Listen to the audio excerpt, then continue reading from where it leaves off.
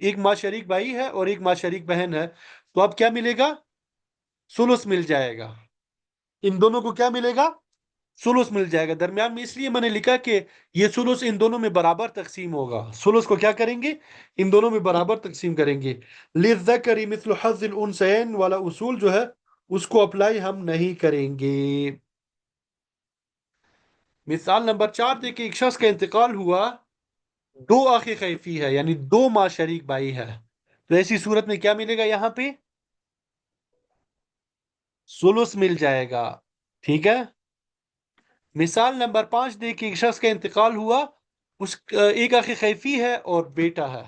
ایک اخی خیفی ہے اور بیٹا ہے، تو یہاں پہ اخی خیفی کو کیا ملے گا؟ محجوب ہو جائے گا یعنی محروم ہو جائے گا، کیونکہ بیٹا آ چکا ہے. بیٹی کی موجودگی میں یہ کیا ہوتا ہے؟ محروم ہوتا ہے. مثال نمبر 6 دیکھیں، ایک شخص کا انتقال ہوا، اس باپ موجود ہے اس کا، اور ایک منٹ، یہ کیا، یہ سسٹم آگے پیچھے ہو گیا. یہاں پہ یہ لکھا ہوا نہیں ہے، میں لکھ لیتا ہوں. یہ یہاں پہ کیا ہے؟ آخر خیفی ہے. یہاں پہ یہ لکھ لیں اپنے پاس، میرے خیال میں یہاں پہ شاید مس ہو گیا ہے. یہاں پہ کیا آخر خیفی ہے؟ تو باپ جب آ جائے تو یہ کیا ہوتا ہے؟ محروم ہوتا ہے. اسی طرح باپ کی جگہ اگر دادا ہوتا تب بھی یہ کیا ہوتا؟ محروم ہوتا. تب یہ کیا ہوتا بھائی؟ محروم ہوتا. ایک مثال میں مزید اضافہ کر لیتا ہوں، آپ اس کا جواب بتائیں. یہ آخر خیفی ہے.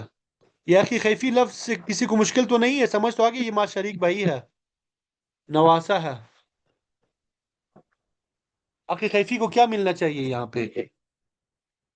آخر کیفی کو یہاں پر کیا ملنا چاہیے؟ محروم ہو جائے گا؟ نہیں، بلکہ یہاں پہ کیا ملے گا؟ سدس ملے گا. ٹھیک ہے بھائی. چلیے الحمدللہ، اللہ کا فضل و کرم ہے.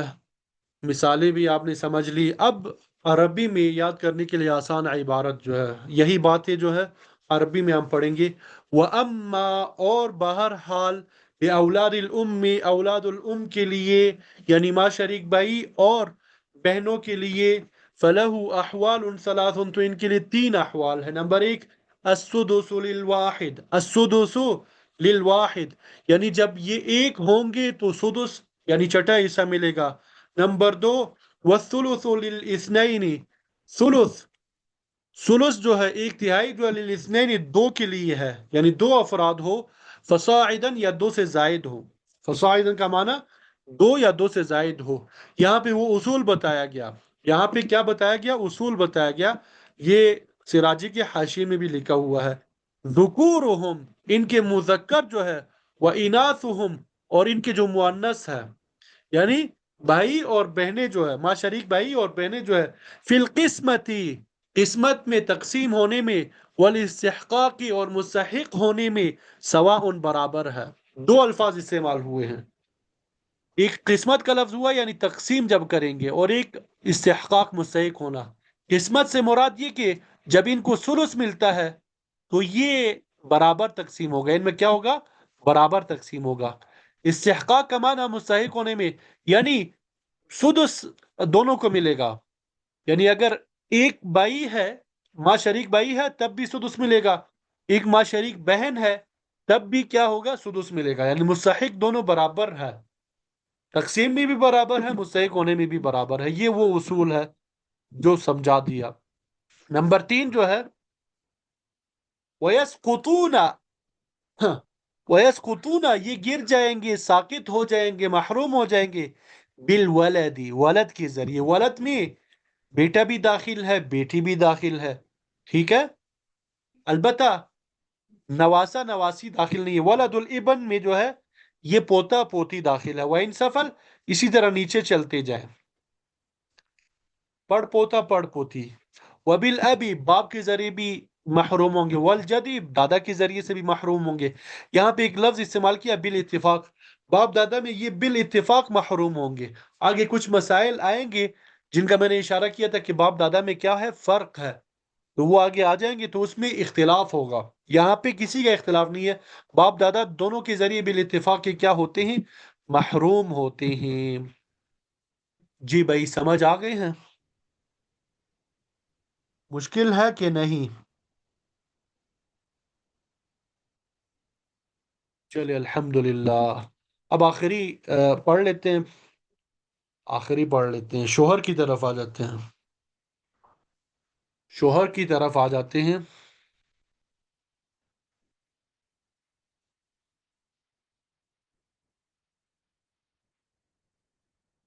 شوہر بیچارے کو وراثت میں کتنا حصہ ملتا ہے، کیا حصہ ملتا ہے، اس کے بارے میں دیکھتے ہیں کیا کہتے ہیں.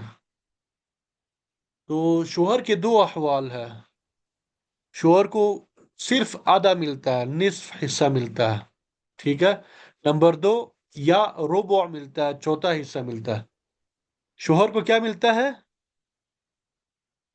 یا تو نصف ملتا ہے یا ربع ملتا ہے. کیا ملتا ہے بھائی؟ نصف ملتا ہے یا ربع ملتا ہے. نصف کب ملتا ہے؟ نصف کب ملتا ہے؟ مرنے والی بیوی، اب یہاں پہ تو مرنے والی جو ہوگی وہ بیوی ہوگی نا.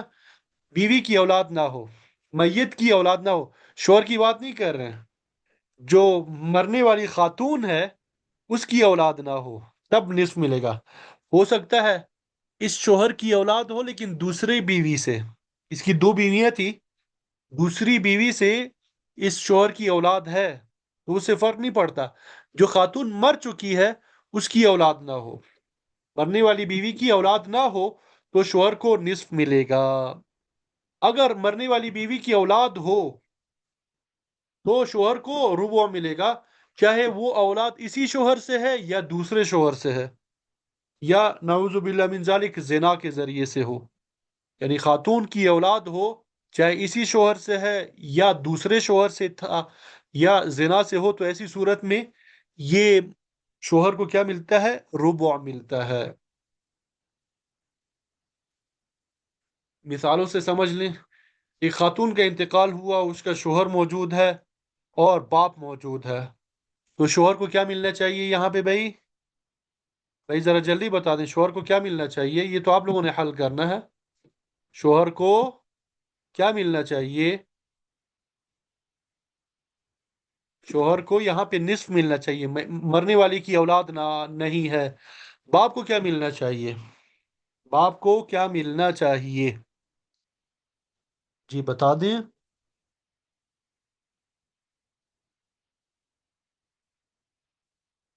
جی باپ کو کیا ملنا چاہیے؟ دیکھیں آپ کو باپ کے احوال یاد نہیں ہے تو غلطی کر رہے ہیں. باپ عصبہ ہوگا. مرنے والی کی اولاد نہ ہو تو باپ کیا ہوتا ہے؟ عصبہ ہوتا ہے. مثال نمبر دو دیکھیے. خاتون کا انتقال ہوا، شوہر موجود ہے، دادا موجود ہے. شوہر کو کیا ملے گا؟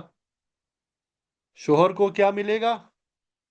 نصف ملے گا کیونکہ اولاد نہیں ہے. دادا کو کیا ملے گا؟ دادا کو کیا ملے گا؟ دادا عصبہ ہوگا کیونکہ اولاد نہیں ہے. مثال نمبر تین دیکھیں. ایک خاتون کا انتقال ہوا، ایک خاتون کا انتقال ہوا، اس خاتون کا شوہر موجود ہے اور خاتون کی بیٹی موجود ہے. خاتون کی کیا ہے؟ بیٹی موجود ہے. اب یہ بیٹی جو ہے چاہے اسی شوہر سے ہو تب بھی یہی مسئلہ ہے، چاہے اس شوہر سے نہ ہو دوسرے شوہر سے تھی تب بھی یہی مسئلہ ہے. شوہر کو کیا ملے گا؟ ربع ملے گا، چوتھا حصہ ملے گا. بیٹی کے احوال ہم نے پڑھے نہیں اس لیے ہم اس کو چھیڑ بھی نہیں رہے. مثال نمبر چار دیکھیے. کہ خاتون کا انتقال ہوا، شوہر موجود ہے، ٹھیک ہے، اور بیٹا موجود ہے. خاتون کا بیٹا موجود ہے، شوہر موجود ہے. اب یہ بیٹا جو ہے چاہے اسی شوہر سے ہے چاہے کسی اور شوہر سے تھی، کسی اور شوہر سے ہو، تو دونوں صورتوں میں شوہر کو یہاں پہ کیا ملے گا؟ ربع ملے گا. مثال نمبر پانچ دیکھیے. کہ خاتون کا انتقال ہوا، شوہر موجود ہے، پوتا یا پوتی موجود ہے. پوتا یا پوتی موجود ہے تو یہاں پہ شوہر کو کیا ملے گا؟ ربع ملے گا کیونکہ پوتا پوتی یہ بھی اولاد میں داخل ہے، شامل ہے. مثال نمبر چھ دیکھیے. ایک خاتون کا انتقال ہوا، شوہر موجود ہے اور خاتون کا نواسا یا نواسی موجود ہے. اب یہاں پہ آپ کا امتحان ہے، یہاں پہ شوہر کو کیا ملنا چاہیے؟ جی یہاں پہ شوہر کو نصف ملے گا، کیونکہ نواسا نواسی جو ہے یہ اولاد میں نہیں ہے. ٹھیک ہے، علمی میراث کے ماہرین کے نزدیک یہ اولاد میں شامل نہیں ہے. تو یہ شوہر کے احوال آپ کو بتا دیے. کس کے احوال؟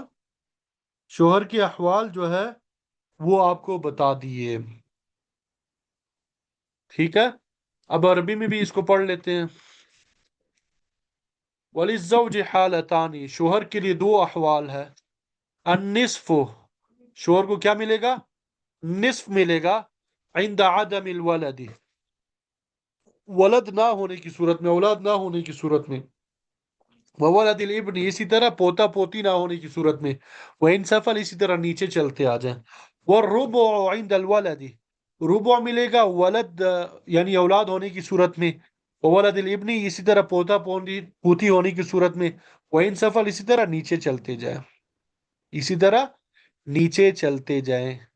ٹھیک ہے بھائی، یہ بیوی کے بھی ہم احوال پڑھ لیں یا بس ہے آج کے لیے؟ جیسے بیوی کے بھی دو احوال ہے، مجھے بتا دے کہ بس ہے یا بیویوں کے بھی احوال پڑھ لیں.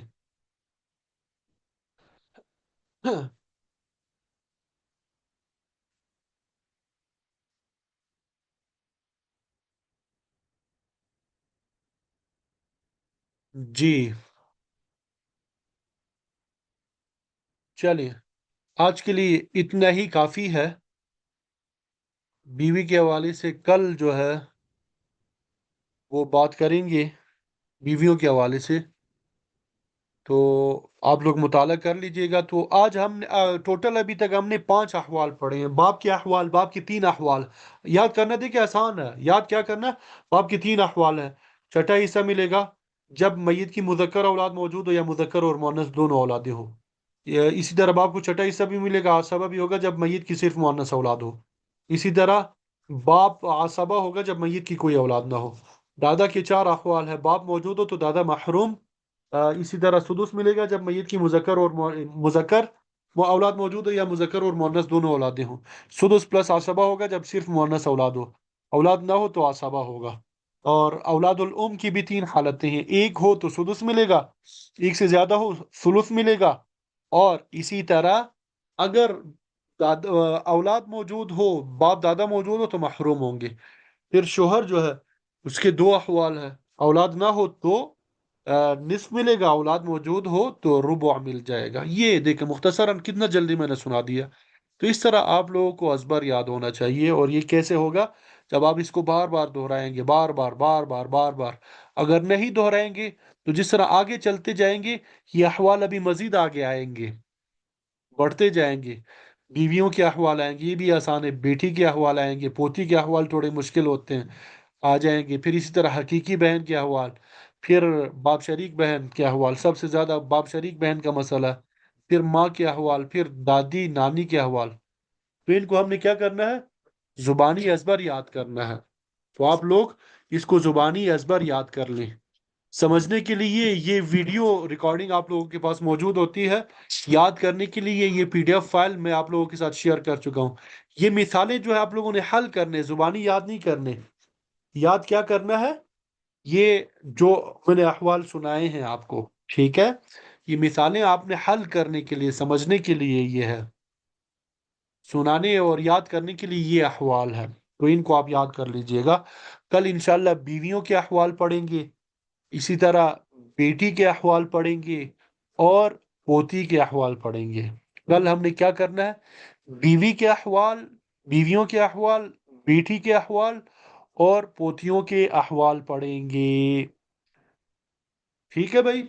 اور پھر پرسوں اللہ نے چاہا تو حقیقی بہن اور باپ شریک بہن کے احوال پڑھیں گے. اور پھر اس کے بعد ماں دادی اور نانی کے احوال پڑھیں گے، اور ساتھ میں عصبات کو بھی پڑھ لیں گے، اور اگر وقت بچا تو ذوی الارحام کو بھی پڑھ لیں گے. اور پھر اس کے بعد عملی طور پہ مسائل حل کرنا شروع کر دیں گے. باقی باتیں پھر کل. اگر کسی کو کوئی بات سمجھ نہیں آئی تو پوچھ سکتے ہیں.